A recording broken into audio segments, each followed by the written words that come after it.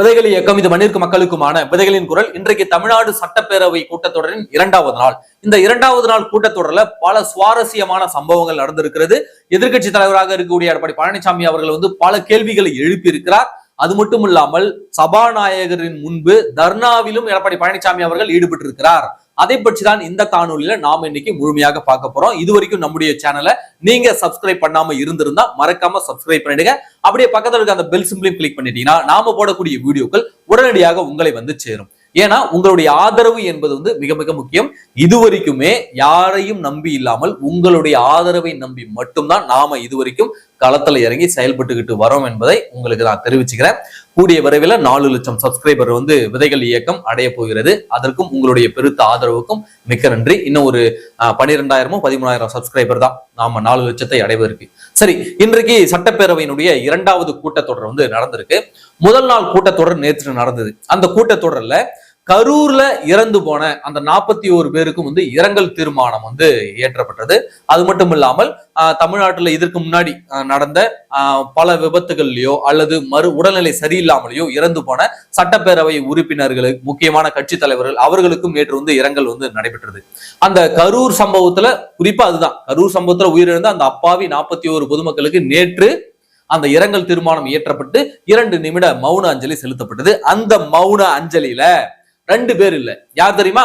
அந்த கரூர் மாவட்டத்தினுடைய பொறுப்பு அமைச்சராக முன்னாடி இருந்த செந்தில் பாலாஜியும் அந்த கரூர் மாவட்டத்தினுடைய எம்எல்ஏவுமான யாரு, நம்ம செந்தில் பாலாஜி, அவரு இல்ல. அவர் இருந்திருக்கணுமா இல்லையா? 41 பேர் இறந்தாங்க. அந்த இடத்துக்கு போய் அரசியல் பண்ண தெரிஞ்ச செந்தில் பாலாஜிக்கு சட்டப்பேரவையில அவர்களுக்கு மௌன அஞ்சலி செலுத்துறாங்க. அதுல ஏன் இல்ல? செந்தில் பாலாஜிக்கு அப்படி என்ன குற்ற உணர்ச்சி? ஏன் அவங்களுக்கு ஏதாவது பண்ணிட்டோமோன்ற குற்ற உணர்ச்சியில தவிக்கிறீங்களா என்ன? அப்போ விசாரணை எல்லாம் நடக்க போகுது. சிபிஐ விசாரணை எல்லாம் மாத்திட்டாங்க. அந்த விசாரணை முழுமையாக வரப்போகுது. நீங்க ஹாஸ்பிட்டலுக்கு போன நீங்க எதற்காக சட்டப்பேரவைக்கு அந்த மௌன அஞ்சலி கூட்டத்தொடருக்கு வரல?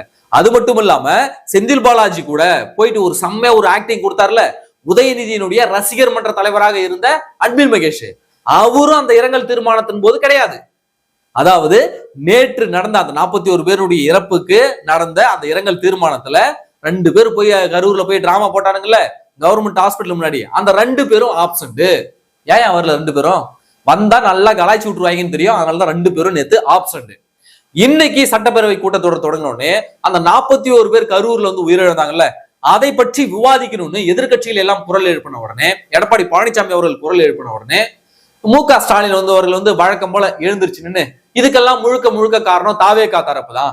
விஜய் அவர்கள் 7 மணிக்கு வரேன்னு சொல்ல 12 மணிக்கு வரேன்னு சொல்லிட்டு நைட் 7 மணிக்கு தான் வந்தாரு. கிட்டத்தட்ட 7 மணி நேரம் தாமதமாக வந்ததால் தான் இந்த பிரச்சனைக்கே காரணம். ஆக மொத்தம் காவல்துறையின் மீது இருக்கக்கூடிய குறைபாடை இவர்கள் ஏற்றுக்கொள்ள தயாராக இல்லை. இந்த அரசின் மீது இருக்கக்கூடிய குறைபாடுகளை இவர் ஏற்றுக்கொள்ள தயாரா இல்லை. மீண்டும் விஜய் தான் காரணம். அவர் தான் லேட்டா வந்துட்டாரு, கூட்டம் கட்டுக்கடங்காம வந்துருச்சு. அதை கண்காணிப்பதற்கு தானே உளவுத்துறையிலிருந்து, சைபர் கிரைம்ல இருந்து, எஸ்பிசிஐடி இருந்து எல்லாத்தையும் வச்சிருக்கீங்க. நீங்க தானே அதை கண்காணிக்கணும். ஏற்கனவே நடந்த 4 கூட்டத்துல எவ்வளவு கூட்டம் உங்களுக்கு தெரியும் இல்ல? அப்ப அதுக்கேத்த மாதிரி இல்ல நீங்க பாதுகாப்பு ஏற்பாடுகளை பண்ணிருக்கணும் அப்படின்னு யாரு கேட்கிறா? எடப்பாடி பழனிசாமி அவர்கள் கேள்வி கேட்கிறாங்க. அதற்கு பதில் சொல்ல துப்பில்லாதவர்கள் என்னென்னவோ பேச ஆரம்பிச்சாங்க. குறிப்பா மு.க. ஸ்டாலின் என்ன பேசுறாருனாக்க, என்னங்க கூட்டணிக்கு ஆள் சேர்க்கிறீங்களா? யோ, இதெல்லாம் ஒரு வார்த்தையாயா? மனுஷனா நீ? மு.க. ஸ்டாலின் கொஞ்சமாவது மனசாட்சின்னு ஒண்ணு இருக்குதா? 41 பேர் அங்க செத்து போய் கிடக்குறாங்க. இந்த அரசினுடைய தோல்வியால, உளவுத்துறையினுடைய தோல்வியால செத்து போய் இன்னைக்கு அவன் குடும்பத்திலே நீ கருமாதி பண்ணி வச்சிருக்கிறான். அதற்கு நியாயமாக ஒரு எதிர்கட்சி தலைவர் எடப்பாடி பழனிசாமி அவர்கள் ஒரு குரல் எழுப்புறாரு. நீதி வேண்டும், நீதி விசாரணை வேண்டும், இந்த தவறு அரசு ஏத்துக்கணும் அப்படின்னு சொல்லிட்டு குரல் எழுப்புறாரு. அங்க போயிட்டு என்ன கூட்டணிக்காக பேசுறீங்களா? இதெல்லாம் ஒரு முதலமைச்சர் பேசக்கூடிய பேச்சா? இப்பவும் சொல்றேன், அதிமுகவுக்கு விஜய் வந்தாதான் வெற்றி பெறுன்ற அவசியம் அதிமுக கிடையாது. அதிமுக தனித்து நின்றாலும் வெற்றி பெறும். கடந்த கால வரலாறும் இருக்குது. விஜய் வந்தா இன்னும் அந்த கூட்டணி வலுவடையும் எல்லாரும் எதிர்பார்க்கிறாங்க தான். அதுக்காக கூட்டணிக்காக தான் எடப்பாடி பழனிசாமி பேசுறாங்க அப்படின்ற ரீதியில எல்லாம் நீங்க பேசிக்கிட்டு சட்டசபையில அந்த 41 உயிர்களை கொச்சப்படுத்துறீங்க. நீங்க அவர் ஒரு பொறுப்புள்ள எதிர்ப்பு கட்சி தலைவராக கேள்வி கேட்கிறாரு. நீங்க என்ன சொல்றீங்க? கூட்டணிக்காக ஆள் சேகரிங்களா? இதெல்லாம் ஒரு பேச்சா? ஒரு முதல்வர் இப்படிதான் பேசுவாங்களா? அறிவுன்றது கிடையாது. வயசு ஏற ஏற அறிவும் அணுவும் கூடிட்டு போகணும். இவர் ஒண்ணு சின்ன பிள்ளையா மாறிட்டு போறாரு. உதயநிதியை விட கேவலமா பேசிட்டு இருக்காரு. நீங்க முதல்வர் சட்டசபையில் தான் பேசுவீங்களா கூட்டணிக்காக பேசுறீங்கன்னு?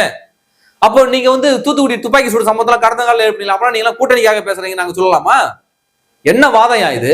41 பேர் செத்து போய் கிடக்குறான், அவன் குடும்பம் இன்னைக்கு நடுத்தருவில் நிக்குது, அதுக்கு நீதி வேணும்னு கேட்டா கூட்டணிக்கு ஆள் சேர்க்கிறேன்னு சொல்ற? இதுதான் ஒரு முதல்வருக்கு அழகா? அப்போ ஒரு பொறுப்புள்ள எதிர்கட்சி தலைவருக்கும் ஒரு பொறுப்பற்ற பொம்மை முதல்வருக்கும் இதுதான் வித்தியாசம். கூட்டணி பத்தி பேசுற இடமாங்க அது? அதிமுக ஏதாவது கூட்டணி பத்தி என்னைக்காவது பேசிருக்கீங்களா? சட்டசபையில மக்கள் பிரச்சனையை விவாதிக்கக்கூடிய இடம், அங்க போயிட்டு கூட்டணிக்காக பேசுறீங்கன்னு கேக்குறீங்க?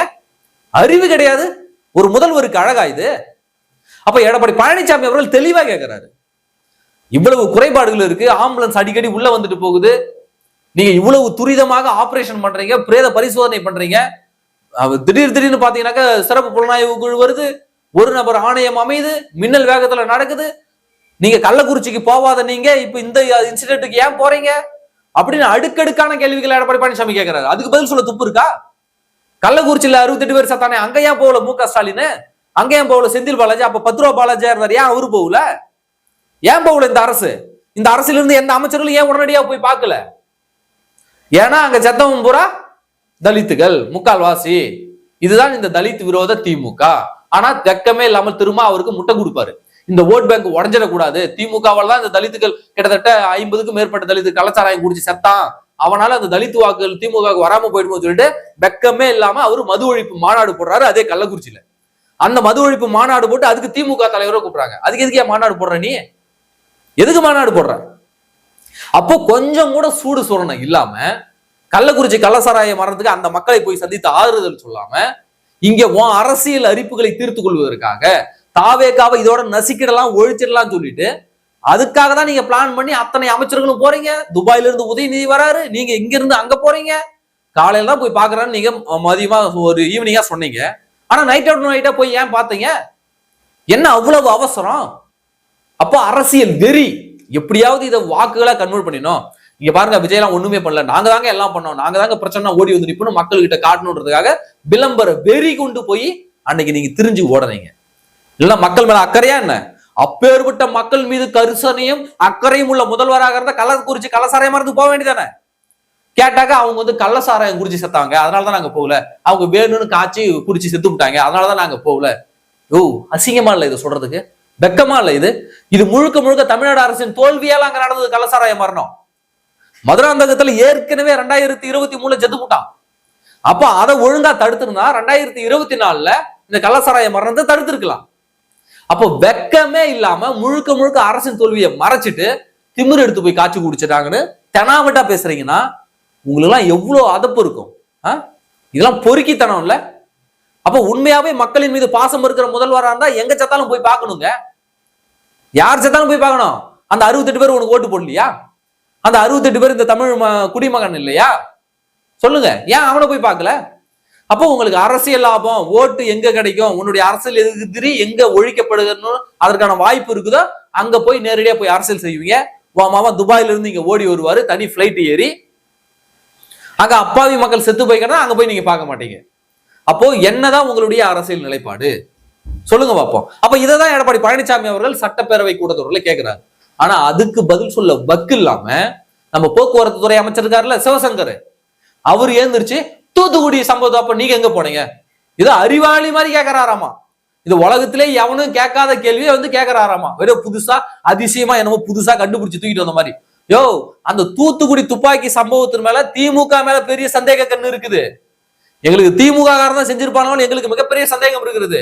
எடப்பாடி பழனிசாமி அவருடைய ஆட்சியின் மீது அவதூறு பரப்புவதற்கு மக்கள் அதிகாரம் என்ற அந்த பொறுக்கி பயல்களின் கூடாரத்தை ஏவி விட்டு அந்த பணத்துக்கு கூலிக்கு மாரடிக்கிற அந்த கூலி கும்பலை ஏவி விட்டு அங்க ஒரு கலவரத்தை ஏற்படுத்தி அந்த துப்பாக்கி சூடு சம்பவத்துக்கே திமுக காரணம். எங்க அந்த மக்கள் அதிகார அமைப்பினை இப்ப கூப்பிடு பார்ப்போம், எங்க இருக்கிறானுங்க அவனுங்க? இப்ப கூப்பிடுங்க பார்ப்போம். இப்ப தமிழ்நாட்டுல கள்ளசாராய மரணமே நடக்கலையா? டாஸ்மாகே தமிழ்நாட்டுல இல்லையா? 3 டாஸ்மாக 3 பாட்டு பாடினானே அந்த பொறுக்கி பைய, அந்த எச்சகல நாயை இப்ப வர சொல்லு பார்ப்போம். ஏன் இப்ப வரல? அப்ப அவங்களாம் கூலிக்கு மாரடிக்கிற நாய்ங்க. அந்த நாய்களை கூப்பிட்டுட்டு வந்து தூத்துக்குடி அந்த மக்கள் போராட்டத்தை முன்னெடுத்து அதுக்குள்ள நீங்க கலவரத்தை ஏற்படுத்தி மிகப்பெரிய கலவரத்தை உண்டாக்கி ஆளும் அதிமுக கட்சியின் மீது அவதூறு பரப்புவதற்காக அந்த கலவரத்தை உண்டாக்குறது திமுக காரணம் நாங்க குற்றச்சாட்டு வைக்கிறோம். ஏன்னா அந்த மக்கள் அதிகாரத்தை சார்ந்த அந்த பொறுக்கி பயல்கள்லாம் உண்மையாலுமே மக்கள் நலனுக்காக போராடுபவர்களாக இருந்தா நீ எல்லாத்துக்காகவும் போராடு.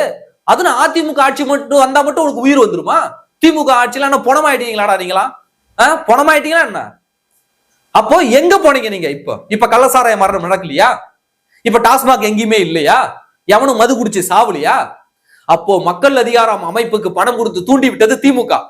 அந்த மக்கள் அதிகாரம் அமைப்பு தான் தூத்துக்குடி துப்பாக்கி சூட்டுக்கு காரணம். அவனுக்கு தான் கலவரத்தை ஏற்படுத்தணுங்க. இன்னைக்கு தலைமறைவாயிட்டானுங்க அத்தனை பேரும். அப்போ முழுக்க முழுக்க அதுவே திமுகவின் சதி நாங்க சொல்றோம். அது மட்டும் கிடையாதுங்க. எடப்பாடி பழனிசாமி அவருடைய ஆட்சி காலத்துல தூத்துக்குடியில் என்ன பண்ணாரு? அருணா ஜெகதீசன் ஆணையம் அமைச்சாரா இல்லையா? அது ஒரு பரிந்துரை கொடுக்குது. என்ன பரிந்துரை கொடுக்குது? 5 அதிகாரிகள் மீது நடவடிக்கை எடுக்குன்னு சொல்லிட்டு. ஆனா வெக்கமே இல்லாமல் இந்த மு.க. ஸ்டாலின் அரசு ஆட்சிக்கு வந்தது என்ன பண்ணுது? அவங்க கொடுத்த யார் மேல நடவடிக்கை எடுக்கணும்னு சொன்னாங்களோ அந்த அதிகாரிக்கு பதவி உயர்வு கொடுக்கிறாரு இந்த மு.க. ஸ்டாலின். எதுக்கு நீ பதவி உயர்வு கொடுக்குற?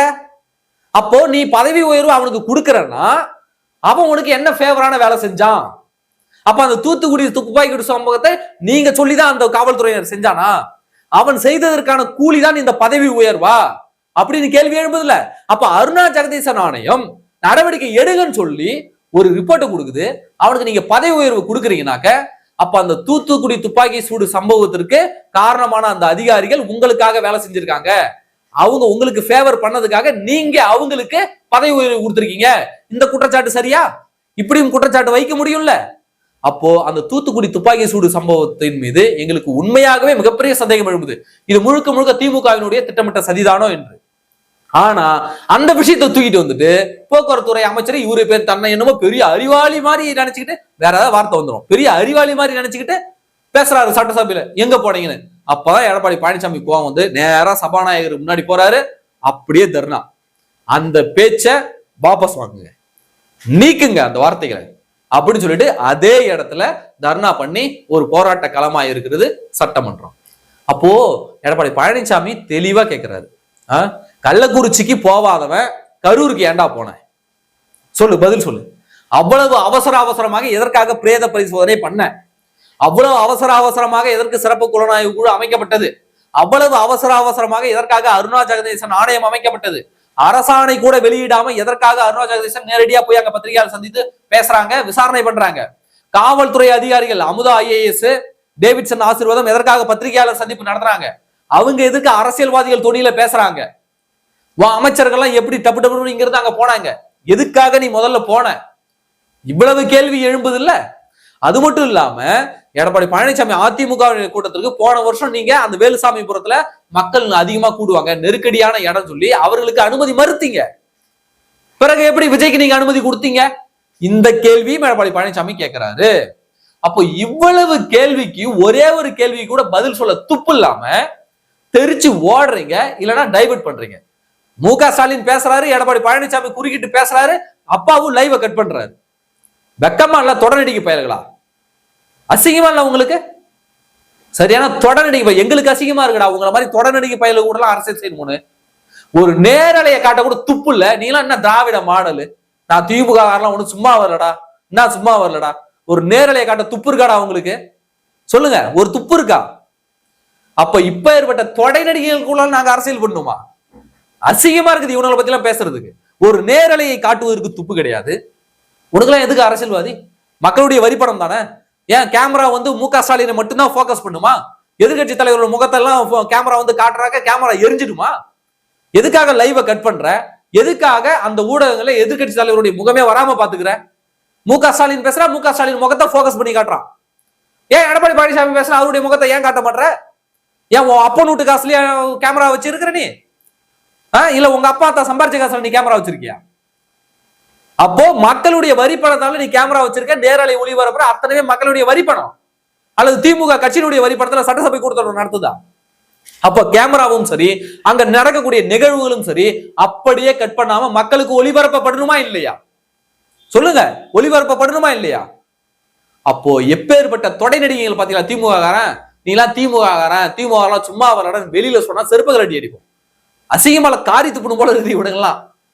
இப்பேற்பட்ட கோழைகள், பச்சை தொடை நடிகைகள். உனக்கு துணிச்சலும் தைரியமும் இருந்தா நேரலையை அப்படியே போடு, கட் பண்ணாம போடு. எதிர்கட்சி முகத்தை காட்டு, எதிர்கட்சிகள் என்ன கேள்வி எழுப்புறாங்களோ அதை காட்டு. அப்பதாயா நீ வீரமான ஆளு. அது வரைக்கும் நீ கொத்தடிமை நாய்கள் தான் நீங்க, துப்புக்கட்ட பயல்களா. அப்போ கேட்ட கேள்விக்கு ஒரு கேள்விக்கு பதில் சொல்ல துப்பு இல்ல, வந்துட்டு அவதூறு பேச வந்துட்டானுங்க. அப்படியே இவர் அறிவாளி மாதிரி சிவசங்கர் உள்ள குறுக்க வந்து பாயறாரு. குறுக்க இந்த கௌசிக்கு வந்தா அந்த மாதிரி குறுக்க வந்து இவர் வந்து பாயறாரு. பாஞ்சு நீங்க தூத்துக்குடி துப்பாக்கி சம்பவம்னு பேசுறாரு. அறிவு எங்களுக்கு எல்லாம் தெரியாது, இந்த உலகத்துல எவனுக்குமே தெரியாது, நீ தான் புதுசா எதையோ கண்டுபிடிச்சு தூக்கிட்டு வந்துட்ட, போங்கடா போக்கத்த பயலுலா. அப்ப இதே வேலையா தெரிஞ்சுக்கிட்டு இருக்காங்க இந்த திமுக காரணங்க. ஒரு கேள்வி கேட்டா பதில் சொல்ல துப்பு இல்ல. இங்க கள்ளக்குறிச்சியில் இப்படி நடந்துச்சேன்னு கேட்டாக்க மணிப்பூரை கையை காட்டுறது, அஜித்குமார் அடிச்சு கொண்டுட்டாங்கடானாக்க இங்க இருந்து போபால கையை காட்டுறது, காஷ்மீரை கையை காட்டுறது. அங்க கையை காட்டுறதுக்கு நீ எதுக்குடா இங்க ஆட்சியில இருக்க அப்படின்னு நாம கேள்வி வைப்போமா? கேட்க மாட்டோமா? அப்போ இன்றைக்கு சட்டசபையில மிக தரமான சம்பவத்தை எடப்பாடி பழனிசாமி அவர்கள் பண்ணி வச்சிருக்கிறாரு. அதற்கு பதில் சொல்ல துப்பு இல்லாத பக்கற்ற இந்த திமுக அரசு, இந்த தொடை நடுங்கிய அரசு நேரலையை கட் பண்ணுது, எதிர்கட்சி தலைவர் முகத்தை காட்ட மறுக்கிறது. இப்படியே பண்ணிக்கிட்டு இருங்க. மக்களும் ஒரு நாள் உங்கள் முகத்தை மறந்து விட்டுதான் வாக்களிக்க போறாங்க, அதை நீங்க மறந்துடாதீங்க. அப்போ இந்த 41 பேர் உயிரிழந்தாங்கல்ல, அதற்கு உரிய நீதி கிடைக்கும்னு நாங்க எதிர்பார்க்கிறோம். சிபிஐ உரிய விசாரணை நடத்தும்னு நாங்க எதிர்பார்க்கிறோம். பொறுத்திருந்து பார்ப்போம். எடப்பாடி பழனிசாமி அவர்கள் இதை சும்மா விடுவதாக இல்லை. ஏனென்றால் அது 41 உயிர்கள், 41 குடும்பங்கள் இன்றைக்கு நடுத்தருவுல இருக்கிறது. விரைவில் இதற்கு நீதி கிடைக்கும் என்ற நாமளும் எதிர்பார்ப்போம். நன்றி.